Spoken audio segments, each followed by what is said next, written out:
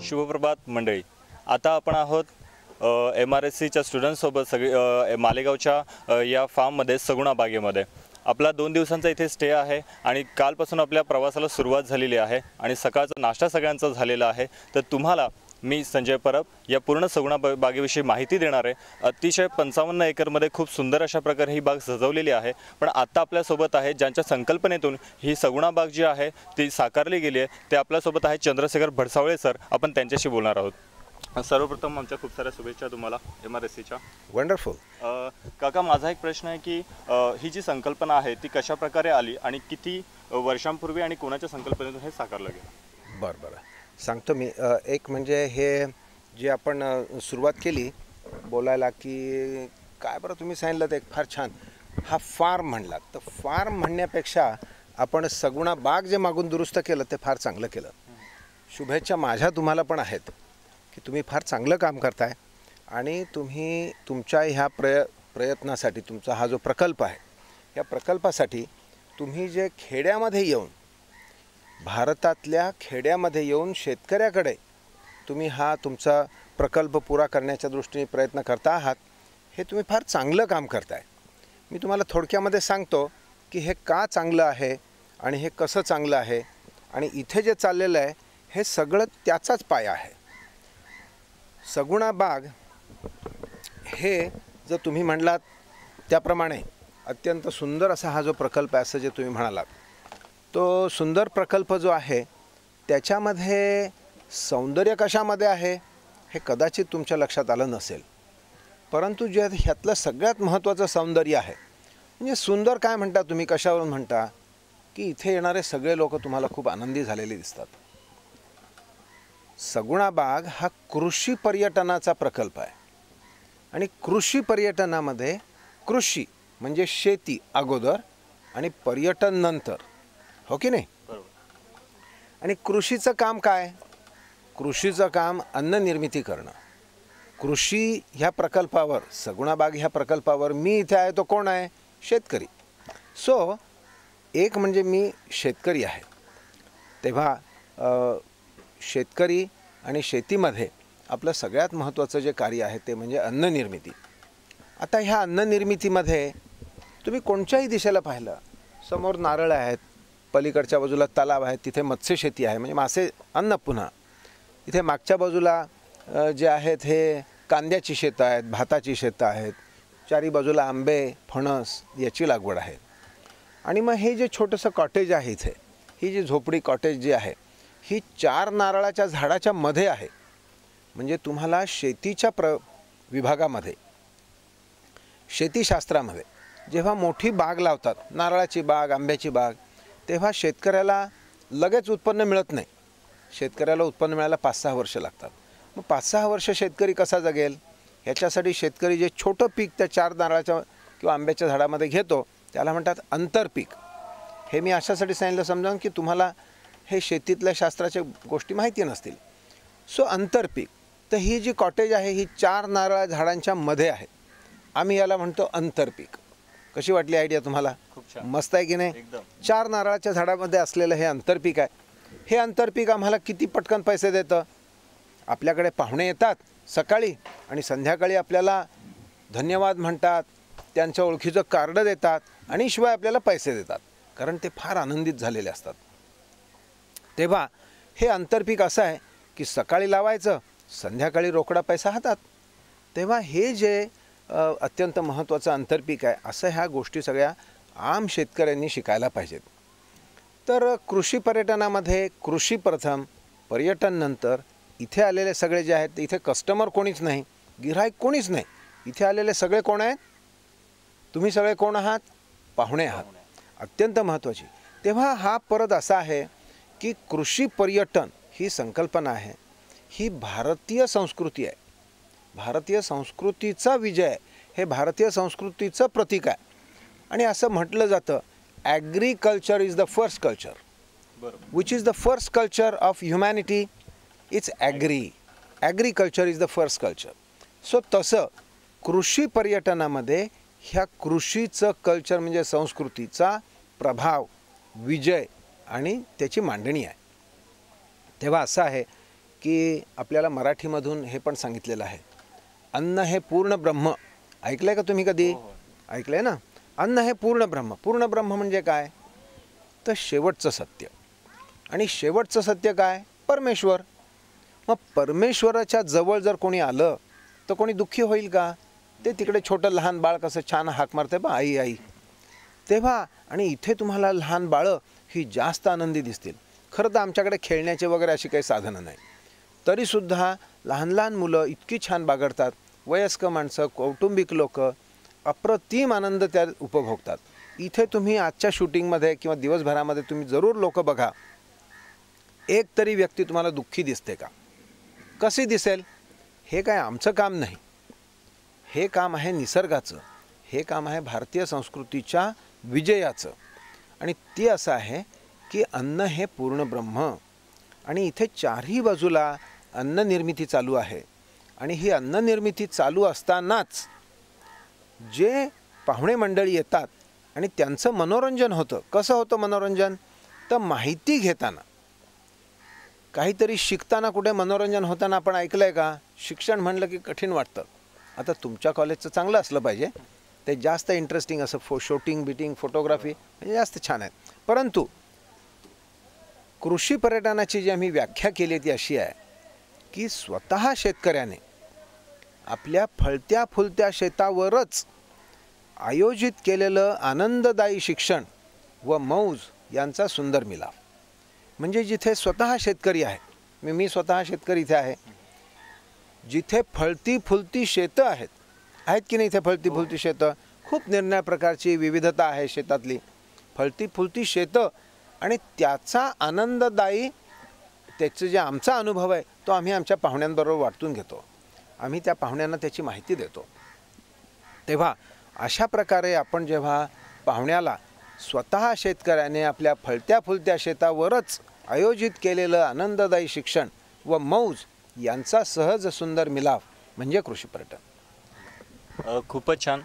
आणखी एक आहे की हे किती संपूर्ण ही जागा किती एकशी आहे आणि यामध्ये आम्ही बघतोय कालपासून की कुठे औषधी झाडं आहेत, कुठे फुलझाडं आहेत, वेगवेगळ्या प्रकारची झाडं ज्यांची माहिती त्या ठिकाणी तुम्ही सगळ्यांना कळावं म्हणून त्या ठिकाणी लिहिलेली आहे. तर या संपूर्ण प्रकल्पामध्ये कुठल्या सगळ्या गोष्टींना तुम्ही महत्त्व दिलेलं आहे आणि कुठले कुठले प्रकल्प तुम्ही या ठिकाणी राबवतात? इथे सगळं एकूण 50 एकर जागा जी आहे ती ठोकळमानाने 5 वेगवेगळ्या विभागामध्ये विभागलेली आहे. 5 विभाग कोणकोणचे आहेत? तर एक फळशेती. फळशेतीमध्ये आपल्याकडे नारळ, आंबा, चिकू, केळी ह्या गोष्टी आहेत. दुसरं आपल्याकडे आहे वनशेती. वनशेतीमध्ये आता ही सगळे जे ह्याला लागलेलं जे लाकूड आहे, बांबू आहे, मग निलगिरी आहे, खाया आहे, साग आहे, अकेशिया आहे, अशा वेगवेगळ्या आहेत. पण बांबूमध्ये आम्ही विशेष करून जास्त काम करतो. वनशेती. तिसरं आहे दुधाचा व्यवसाय. तिथे छोटासा आहे. दुधाच्या व्यवसायामध्ये आपल्याकडे साधारण एक 25-30 जनावरं आहेत. आपल्या पाहुण्यांना लागतं चहा पाण्यासाठी तेवढं दूध आपण तयार करतो. परंतु आपल्या शेतामध्ये निघणारा जे गवत चारा वगैरे आहे, नको असलेल्या गोष्टी, त्या आपण गुरांना देतो. गुरांपासून, गाई गुरांपासून आपल्याला दूध मिळतं आणि शेण मिळतं. ते शेण आपण गोबर गॅसमध्ये घालतो. गोबर गॅसमध्ये शेण घातल्यामुळे आपल्याला इंधन मिळतं, पण त्याबरोबर स्लरी मिळते. ह्या स्लरीपासून आपण आता ॲक्टिवेटेड स्लरी तयार करतो. म्हणजे it is equivalent to fertiliser. बाजारी खतं जी असतात त्याच्या एवढंच शक्तिमान असं उत्कृष्ट दर्जाचं नैसर्गिक खत म्हणजे सेंद्रिय खत आपण तयार करतो आणि मग हे परत शेतीला देतो. तेव्हा मी सांगितलं फळबागायत, वनशेती, दुधाचा व्यवसाय, नंतर मत्स्यशेती आहे. मत्स्यशेतीचे 6 तलाव आहेत. मत्स्यशेती 6 तलावामध्ये मिळून एकूण 7-8 एकरमध्ये आपले पाणी आपण साठवतो पावसाचं आणि हे पाण्यामध्ये आपण मासे पिकवतो, कोलंबी पिकवतो. अशा प्रकारे मत्स्यशेती आहे. आणि 5वी प्रवृत्ती म्हणजे फील्ड क्रॉप्स, जेथे आपण निरनिराळ्या प्रकारची तृणधान्य, जसं भातामध्ये आपण खूप चांगलं काम करतो किंवा भातानंतर त्याच्यामध्ये कांदा लावतो. कांद्याबरोबरच आपण वेगवेगळ्या प्रकारच्या भाजीपाला घेतो, भुईमुग घेतो. ही सगळी फील्ड क्रॉप्स. तर अशा 5 वेगवेगळ्या भिन्न भिन्न गोष्टी आहेत, शेतीचे प्रकल्प आहेत. आणि त्या सगळ्या गोष्टी एकमेकाशी सांगड घातलेली आहे. त्याची इंटिग्रेशन, सांगड घातल्यामुळे सहजच आपल्याला त्याच्यापासून आपलं नुकसान कमी होतं.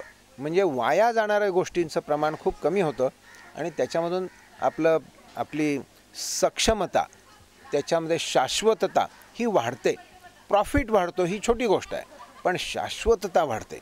म्हणजे ती गोष्ट म्हणजे शेती व्यवसाय शाश्वत होणं, सस्टेनेबल होणं हे अत्यंत महत्त्वाचं आहे. आणि मग या सगळ्याला धरून कृषी पर्यटन, तुम्ही मुंबईचे पाहुणे येता शहरातले, आणि ह्या सगळ्याला धरून परत शेतकऱ्यांच्या बरोबर हा सगळा अनुभव वाटून घेतला जातो. अशा प्रकारचे शेतकरी कसे आणखीन वाढवता येतील, सगुणा बागा कशा जिकडे तिकडे फुलवता येतील, ह्या दृष्टीने खूप प्रयत्न चालू आहे. आम्ही कालपासून बघतो आहोत की इथे जे काही तुम्ही जेवणाचा सगळा प्रकल्प आहे किंवा इथे येणाऱ्या पाहुण्यांचं स्वागत म्हणा किंवा प्रत्येक गोष्टी मेंटेन ठेवणं किंवा या सगळं जपणं खूप महत्त्वाची गोष्ट आहे. कारण की या सगळ्या गोष्टींमुळे पाहुणे तुमच्याकडे जे येतात ते आनंदी होऊन जातात. तर या ठिकाणी मी बघतोय की इथे जो काही प्रकल्प तुम्ही राबवताय तर या प्रत्येक ठिकाणी इथली गावातली जी लोकं आहेत किंवा जो रोजगार पण तुम्ही या ठिकाणी उपलब्ध करून दिलात त्यातही तुमचा खूप मोठा वाटा आहे. तर तुम्हाला सहकार्य कसं मिळतं या लोकांकडून? बरोबर, शेवटचा शब्द अगदी परफेक्ट, सहकार्य. तेव्हा सहकार्य करणारा असतो तो कामगार असतो का तो सहकारी असतो? व्हेरी गुड, अगदी फार महत्त्वाचं. तेव्हा ही परत आपल्या संस्कृतीचा विजय आहे. तुम्हाला जर आमचे सहकारी इथे पाहिले असतील, तुम्ही सहकाऱ्यांशी बोलून बघा. आमचा शेतीमधला जो प्रमुख आहे, शेतीचा प्रमुख, तो आदिवासी आहे, चांगो. फारसं शिक्षण नाही, 10वी 11वी कदाचित पास असेल, नापास असेल, परंतु त्याच्या बोलण्याची क्षमता एवढी जास्त चांगली आहे की तो काय बोलतो हे TCS, टाटा कन्सल्टन्सी सर्व्हिसेस, ऑस्ट्रेलियामधल्या त्यांच्या सेमिनारमध्ये ते दाखवतात किंवा आणखीन इंटरनॅशनल सेमिनार्समध्ये ते नेऊन दाखवतात. ही क्षमता कशी आली या मंडळींमध्ये? ही क्षमता येण्यासाठी आम्ही आमचा दिवस प्रार्थनेने सुरुवात करतो. छोटी छोटी गोष्ट आहे. प्रार्थनेमधून एक प्रकारच्या संस्कृतीच्या जागरण होतं.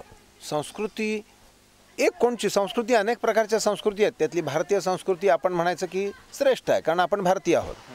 ह्या संस्कृतीचं जपणूक होते. त्या संस्कृतीच्या वाटेवर आपल्याला जायचं आहे हे रोजच्या रोज आपल्याला सांगितलं जातं.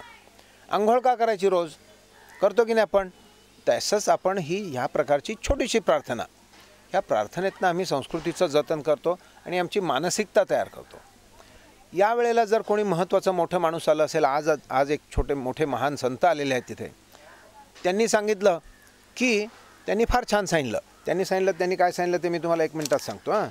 त्यांनी सांगितलं कर्म, उपासना आणि ज्ञान ह्या 3 स्थिती आहेत. कर्म तर आपण करतच असतो, पण ते कर्म मनापासून केलं की तीच उपासना होते. आणि अशा प्रकारे कर्म आणि उपासना करत राहिलं आणि त्याच्यामध्ये जर आनंद मिळवत राहिलो तर त्यातनं निर्माण होतं ते ज्ञान, किंवा जास्त ज्ञान त्या कर्माविषयी, त्या उपासनेविषयी ज्ञान घेण्याची इच्छा आपली प्रबळ होते. आणि हे म्हणजेच उत्तम जीवन, असं त्या संतांनी आम्हाला सांगितलं. त्या तत्वांवर आम्ही आमचे सगळ्या सहकार्याने घेऊन आम्ही चाललेलो आहोत आणि त्यामुळे सहकार्य छान मिळतं आमचे सगळे. आणि ही अत्यंत त्याचा दुसरी बाजू अशी आहे की आज शेतकरी कोणी शेतकरी होऊ इच्छित नाही? तुम्हाला माहिती आहे का की जर का 100 यशस्वी शेतकऱ्यांना तुम्ही विचारलं की तुमच्यापैकी किती जणांना असं वाटतं आपल्या मुलांनी शेतकरी व्हावं, तर किती जण हातवरती करतील? 100 शेतकऱ्यांना विचारलं तर किती जण हातवरती करतील? हो की नाही? तुम्ही हसताय म्हणजे मला कळलं तुम्हाला काय म्हणायचं आहे. फारच कमी, म्हणजे कोणीच नाही. तेव्हा आज स्थिती अशी आहे की कोणी सक्षम तरुण शेतकरी होऊ इच्छित नाही. बरं, हे फक्त आपल्या देशात आहे का? हे जगभर असंच आहे आता. तेव्हा अन्न कोण निर्माण करणार? ह्याची खरं तुम्ही सगळ्यांनी चिंता करायला पाहिजे. आता इथून पुढे अन्न आपल्याला इतकं सहज मिळणार नाही. ती परिस्थिती येत्या 3 ते 5 वर्षात येते आहे. अत्यंत धोकादायक परिस्थिती आहे. तेव्हा आपल्याला जर का सहकारी पाहिजे असतील आणि सहकार्यांच्या साहाय्याने सहकार्य मिळवायचं असेल तर आपल्याला ह्या तत्वांवर जायला पाहिजे. तत्वांनी भारतीय संस्कृतीने जे तत्त्व मांडलेलं आहे, ज्या संतांनी मी तुम्हाला सांगितलं मगाशी त्याप्रमाणे, त्याच्यामध्ये त्यांनी सांगितलं की आपल्याला कर्म, उपासना आणि ज्ञान. तर कर्म, उपासना आणि ज्ञान तुमच्या प्रत्येकाच्या फील्डमध्ये हा एकच तत्त्व असू शकतं, एकच प्रिन्सिपल असू शकतं. आणि कर्म, उपासना आणि ज्ञान आपल्याला मिळवण्याच्या दृष्टीने आम्ही सुरुवात प्रार्थनेने करतो सगळ्या आमच्या सहकाऱ्यांना सगळं काम माहिती आहे. सगळ्या सहकाऱ्यांना हे माहिती आहे की इथे आलेले पाहुणे तुम्ही सगळेजण आमचे धाकटे भाऊ आहात, मोठे भाऊ आहात, बांधव आहात, काका आहात, मामा आहात, मावशी आहात. आमचे तुम्ही सगळे बांधव आहात शहरामध्ये. आणि तुमचं आणि आमचं अत्यंत चांगलं, अत्यंत प्रेमाचं वातावरण, मैत्रीपूर्ण वातावरण राहिलं पाहिजे याची सगळ्यांना जाणीव आहे. एवढंच त्यांना सांगितलं गेलेलं आहे, एवढंच त्यांना आदर्श म्हणून त्या पद्धतीने आमचं वागणं आहे सगळ्यांचं, प्रत्येकाचं. आमच्या कुटुंबातले सगळे मंडळी तसे वागतात, त्यामुळे बाकीचे ते सुद्धा तुमच्या सगळ्यांशी तसं वागतात. आणि या सगळ्यामधून प्रतिष्ठा मिळते आणि या प्रतिष्ठेतून आम्हाला ऊर्जा मिळते. तुम्ही जे म्हणता की हे तुमचं फार छान आहे, तुम्ही माझा इंटरव्ह्यू घेताय, मला फार छान वाटतं. ह्याच्यामधून मला ऊर्जा मिळते आहे, ह्याच्यामधून मला आत्मविश्वास वाढतो आहे. ह्याच्यामधून आम्ही आणखीन चांगलं काम करण्याचा प्रयत्न करतो.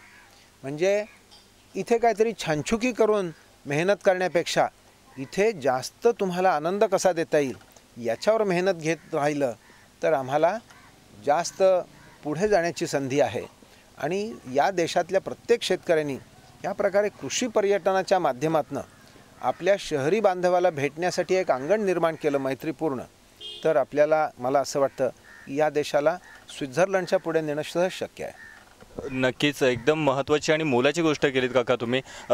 आम्ही बघतोय की इथे फक्त पर्यटक जे येत आहेत महाराष्ट्र मुंबईतूनच नव्हे पूर्ण देशभरातून येतात. आणि देशभरातूनच नव्हे तर आम्ही म्हणू की संपूर्ण परदेशी पर्यटकसुद्धा इथे बऱ्याच संख्येने या ठिकाणी येत आहेत. त्यांनासुद्धा खूप महत्त्व वाटतं आहे या जागेचं. तर तुम्ही कशाप्रकारे म्हणजे परदेशातपर्यंत सगुणा बागेची जी ख्याती आहे किंवा जे काही महत्त्व आहे ते तिथल्या लोकांपर्यंत पोहोचवण्यात तुमचा कसा हातभार आहे आणि त्यानंतर पुढच्या भविष्यामध्ये सगुणा बागेला कुठपर्यंत न्यायचा तुमचा विचार आहे? मला असं वाटतं की हा प्रश्न म्हणजे मध्यंतरी 2-4 टेलिव्हिजन चॅनलचे जे काही इंटरव्ह्यू झाले त्याच्यात त्यांनी प्रश्न जरा जास्त स्पेसिफिक विचारला, तर तुम्ही मार्केटिंग कसं करता? मार्केटिंग कसं करतो आम्ही? म्हणजे मार्केटिंग करण्यासाठी जाहिरातबाजी करायला पाहिजे, पत्रकं वाटायला पाहिजे, छान छान फोटो काढलेली रंगीत लिफलेट द्यायला पाहिजे, आणखीन काहीतरी तुम्हाला काहीतरी विशेष चांगलं काहीतरी भेटवस्तू द्यायला पाहिजे. पण ह्या सगळ्यावर आम्ही मेहनत न करता आलेल्या पाहुण्यांना आज आलेल्या पाहुण्यांसाठी आणखीन जास्त कसा आनंदी करता येईल ह्याच्यासाठी आम्ही जास्त काम करतो, जास्त चांगलं स्वच्छता करतो.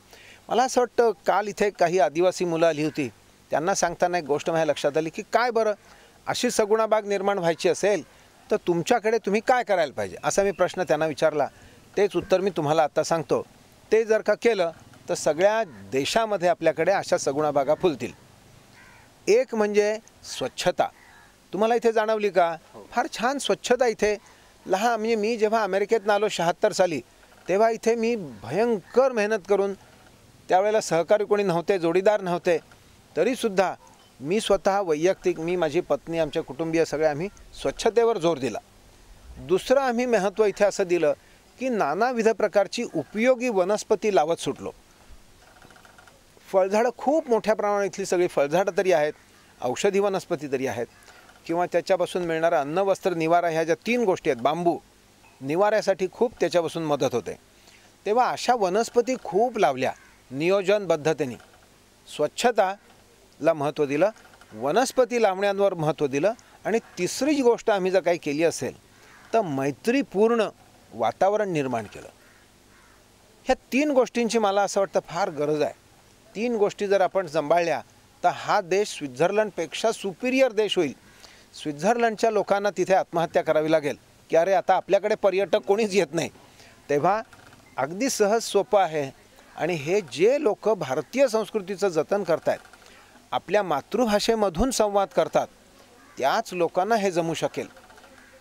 परदेशी भाषा जशी इंग्रजी त्याच्यामधून शिकून आणि बोलून हे शक्य नाही.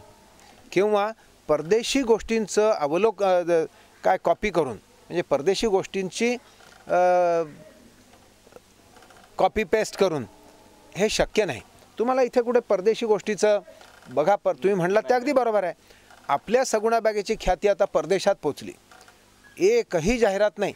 गेल्या 25, 27, 30 वर्षामध्ये सगुणा बागेची एक तरी जाहिरात आम्हाला दाखवा, आम्ही वाटेल ते बक्षीस द्यायला तयार आहोत. आम्ही एकही जाहिरात केली नाही. फक्त चांगलं काम करत राहिलो. चांगलं काम करत राहायला वेळ खूप लागतो बाकी, तेवढं थांबायची तयारी जर कोणाची असेल, आपल्या संस्कृतीने पुन्हा ते पण सांगितलं आहे, धीर धरी रे धीरा पोटी असती मोठी फळे गोमटी.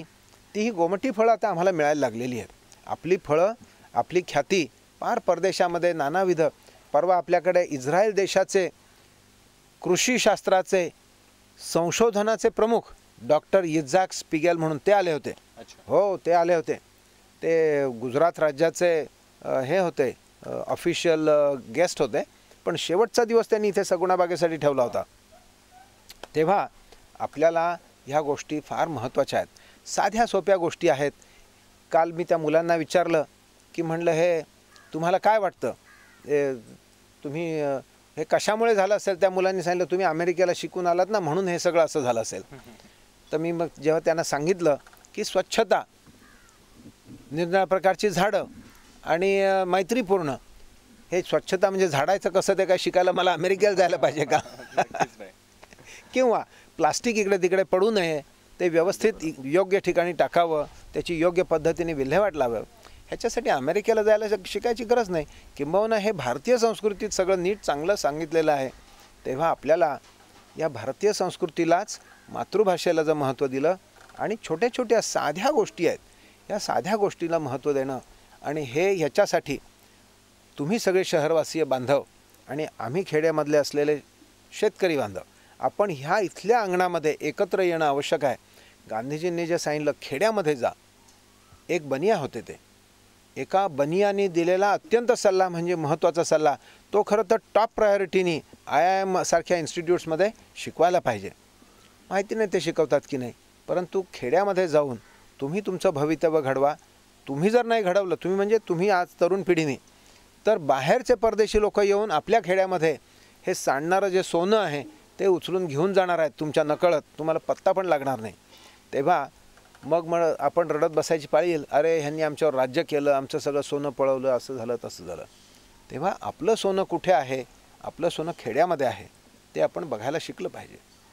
बरोबर. आणखी एक माझा शेवटचा प्रश्न की सगुणा बाग म्हणजे हे नाव जे आहे सगुणा, या बाग म्हणजे नावामध्येच खूप छान ॲक्च्युली वाटतं. तर नाव कसं सुचलं किंवा या नावाच्या मागे काय इतिहास असेल? हा प्रश्न आम्हाला खूप लोक विचारतात बरं का.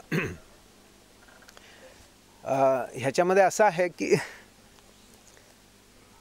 माझे वडील स्वातंत्र्य सैनिक होते. त्यांनी शेवटची ज्या गोष्टी त्यांनी ठरवल्या त्यांच्यासाठी, म्हणजे त्यांना खरं तर झाली ती फाशीची शिक्षा, पण ती झाली नाही, अंमलात आली नाही. आणि त्यांनी कारण स्वातंत्र्य अगोदर आलं आणि शिक्षा मागे राहिली, आणि त्यांनी स्वतःसाठी 2 गोष्टी ठरवल्या. सो सगुणाबाई म्हणजे माझी आजी, माझ्या वडिलांची आई, त्या सगुणाबाईंचं नाव काकांनी दिलेलं वडिलांनी ह्या जागेला. आणि खरं तर